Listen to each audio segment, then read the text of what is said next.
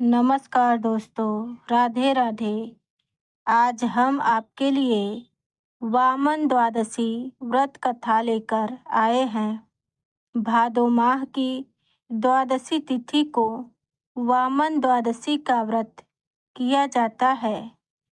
वेदों, पुराणों व शास्त्रों में वामन भगवान को विष्णु भगवान का 5वां अवतार माना गया है।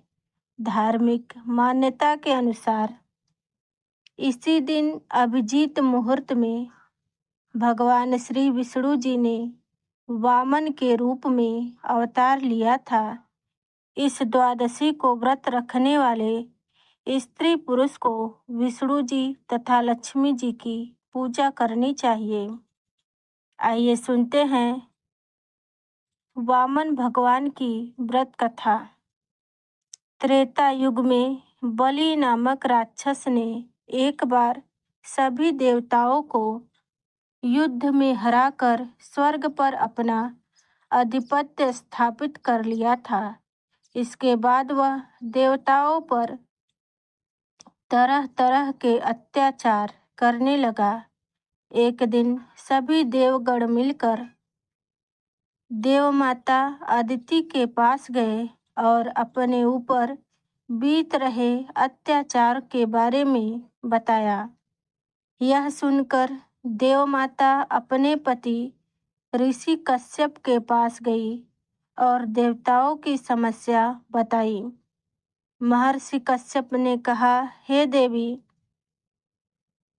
तुम भाद्रपद महीने के शुक्ल पक्ष की द्वादशी का व्रत करो, जिससे प्रसन्न होकर भगवान विष्णु जी तुम्हारी कोख से जन्म लेंगे। अपने 5वें अवतार वामन अवतार के रूप में देवमाता अदिति ने पति महर्षि कश्यप की आज्ञा से विशेष अनुष्ठान किया और फलस्वरूप विष्णु भगवान ने वामन ब्रह्मचारी का रूप धारण करके राजा बलि के यहाँ आ गए। उस समय राजा बलि ने विशेष यज्ञ का अनुष्ठान किया था और वामन भगवान उसी यज्ञ में जाकर शामिल हो गए। राजा बलि ने वामन भगवान का भव्य स्वागत किया और दक्षिणा देने लगे, किंतु वामन भगवान ने मना कर दिया। कहा कि हे राजन, मुझे दक्षिणा में कुछ भूमि चाहिए, क्योंकि मेरे पास इतनी भूमि नहीं है जहाँ पर मैं बैठकर भक्ति कर सकूं। ब्रह्मचारी की बात सुनकर राजा बोले, हे भगवान, आप मांगो, कितनी भूमि चाहिए।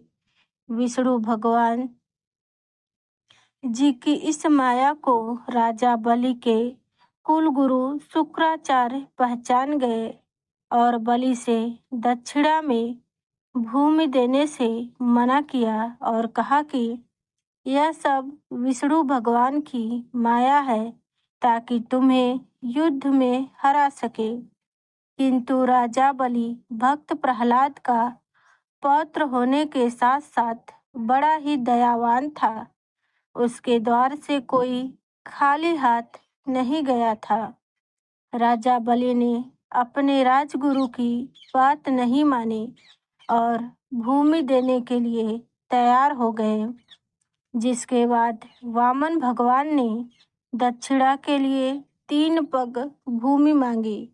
राजा ने कहा, हे ब्रह्मचारी, आपको मेरे इस विशाल राज्य में जो स्थान अच्छा लगे वहाँ पर आप भूमि ले सकते हैं। इसके बाद वामन भगवान ने अपना विशाल रूप धारण किया और अपना पैर उठाया।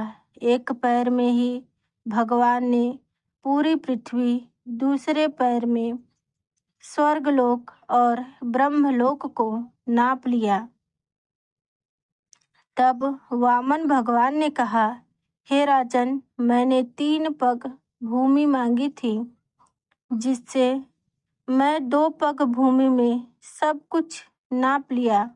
किंतु अभी भी तीसरा पग कहाँ रखूं? तब राजा बलि ने कहा, हे भगवान, आप तीसरा पैर मेरे सिर पर रखकर अपनी दक्षिणा को पूरा कीजिए।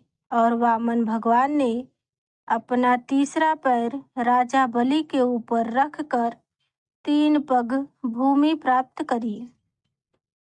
इसके बाद भगवान अपने असली रूप में आकर राजा बलि से कहा, हे राजन, आज से तुम पाताल लोक के स्वामी हो, तुम वहां जाकर राज करो। राजा ने स्वीकार करते हुए कहा कि हे भगवान, आप भी पाताल लोक में सदैव निवास करो, ताकि मुझे आपकी पूजा अर्चना व भक्ति करने का सुख प्राप्त हो। वामन भगवान तथास्तु कहकर अंतर्ध्यान हो गए। राधे।